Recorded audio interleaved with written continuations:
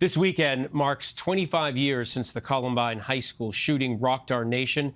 And since that day, across our country, we've seen mass shooting events time and time again. One of them in Parkland, Florida, where a gunman stormed Marjory Stoneman Douglas High School, killing 17, injuring another 17.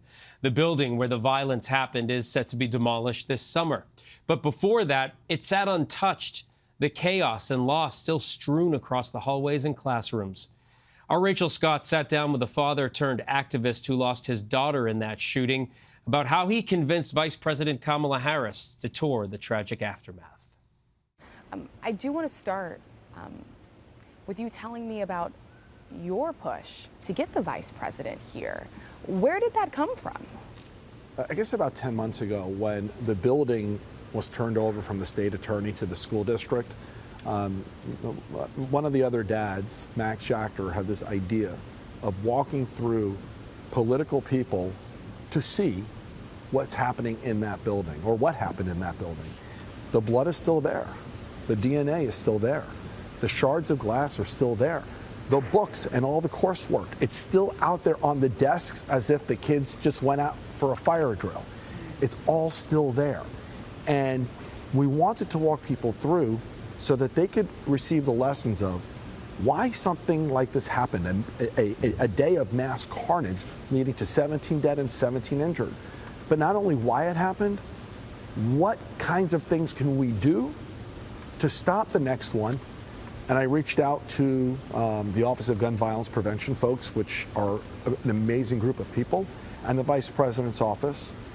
And I told them what we were doing, and I said, I'd really like you all to come. This was scheduled to be a 3-hour day. She was here, not 3 hours, almost 5, because she wanted to know about those we lost. She wanted to know about the work that we're doing.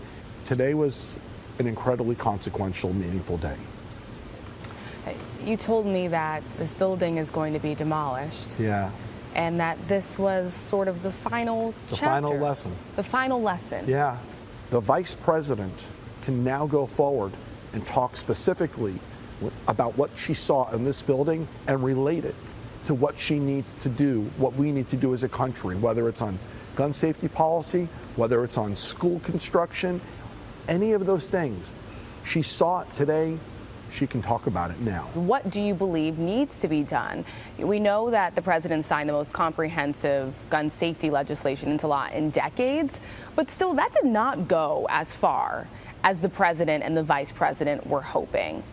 I wish we could have gone further, and I hope people vote in the next election to ensure we get to go further. But it went and it got a lot of things done. I'll just tell you this, for the first time in months, the homicide rate related to gun violence, for the first time in years, is trending down. I was just at the FBI facility in West Virginia, where they conduct threat assessment and background checks last month. And they're doing the new enhanced under 21 background checks, which are a part of that legislation. And they were talking about the abundance of young people now that they've been able to stop from getting a weapon because of that new enhanced under 21 background check. Red flag laws save lives. Let me be clear.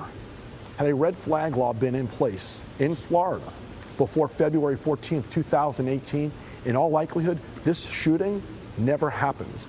Had a red flag law been in place before February 14th, 2018, I'd be visiting my daughter at University of Florida, not at a cemetery.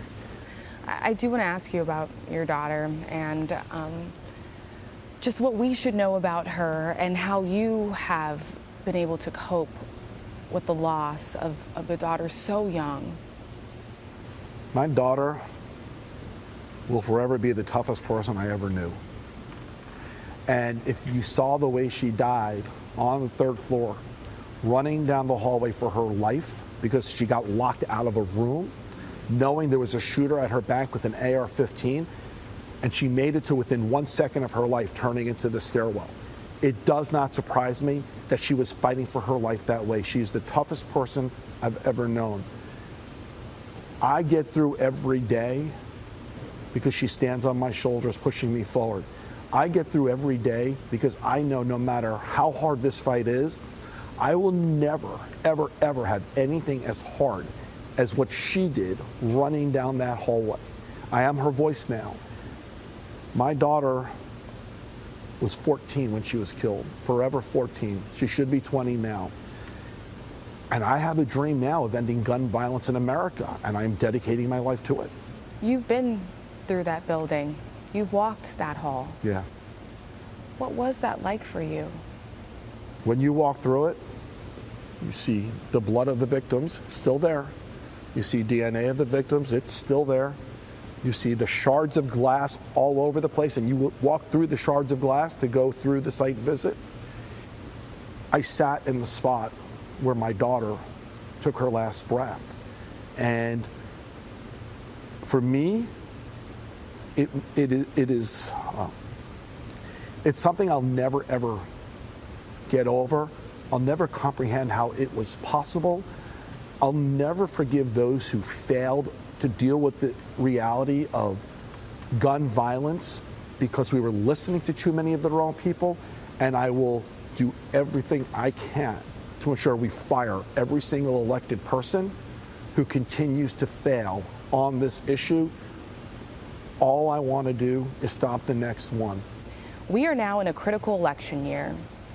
What do you want Americans to know heading into this election year?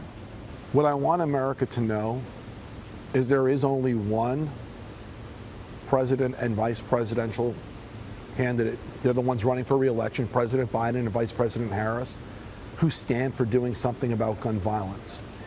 So here's what I want America to know. This is not an election to sit home. If you're any of the many people across this country who think, I'm going to stay home on my couch, I don't need to vote, yes, you do. Let me be clear.